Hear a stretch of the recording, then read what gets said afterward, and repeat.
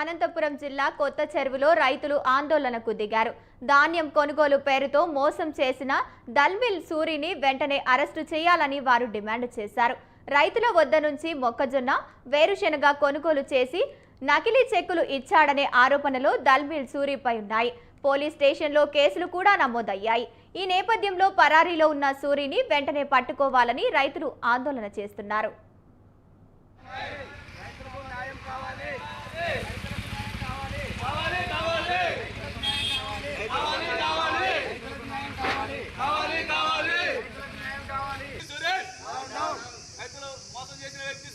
మేము తాళపత్రి పరిసర ప్రాంతాల నుంచి కందులు, మొక్కజొన్నలు, శనగలు ఇవన్నీ మన కొత్త చెరువు దాల్మిల్ సూరి గారికి ఆయన మిల్లుకు మేము తోలడం జరిగింది.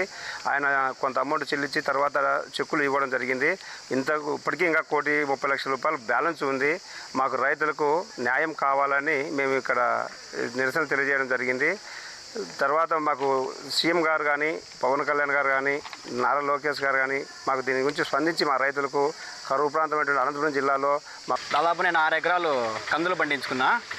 ఒక వ్యాపారస్తునికి నమ్మకంగా ఉండి కందులు ఎత్తిచ్చినాను. నాకు చాలా డబ్బులు రావాలి. ఇప్పటికీ దాదాపు ఒక 6 లక్షల డబ్బులు రావాలా. చెక్ బౌన్స్ ఇచ్చారని చెప్పి చెక్కులు ఇచ్చారు. చెక్ బౌన్స్ ఇస్తే కేసు వేస్తే కోర్టులో కాలం వెళ్ళదీస్తాడు సురేష్. మాకు రైతులకు న్యాయం చేయాలా. ఎస్పీ గారు స్పందించి మాకు న్యాయం చేయాల్సిందిగా కోరుతున్నాం. దాదాపు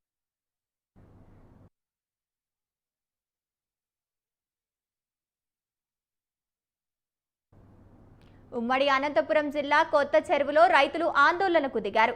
ధాన్యం కొనుగోలు పేరుతో మోసం చేసిన దల్మిల్ సూరిని వెంటనే అరెస్టు చేయాలని వారు డిమాండ్ చేశారు. రైతుల వద్ద నుంచి మొక్కజొన్న, వేరుశెనగ కొనుగోలు చేసి నకిలీ చెక్కులు ఇచ్చాడనే ఆరోపణలు దల్మిల్ సూరిపై ఉన్నాయి. పోలీస్ స్టేషన్లో కేసులు కూడా నమోదయ్యాయి. ఈ నేపథ్యంలో పరారీలో ఉన్న సూరిని వెంటనే పట్టుకోవాలని రైతులు డిమాండ్ చేస్తున్నారు. రైట్, ఇదే అంశానికి సంబంధించి మరింత సమాచారాన్ని మా correspondent R K Surya phone in ద్వారా అందిస్తారు. సూర్య, చెప్పండి.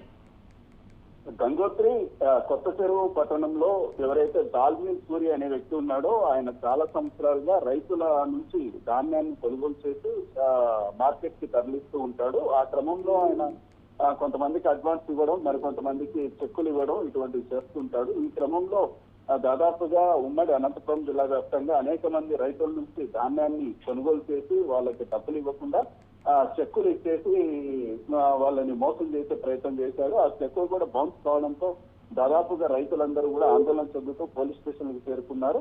ఒక తాడిపత్రి ప్రాంతానికి చెందిన రైతుల నుంచి దాదాపుగా 40 మంది దాకా బాధితులు ఉన్నారు. వాళ్ళ నుంచి కందులు, మొక్కజొన్న, వేరుశెనగ కొనుగోలు చేసి నకిలీ చెక్కులు ఇవ్వడం జరిగింది.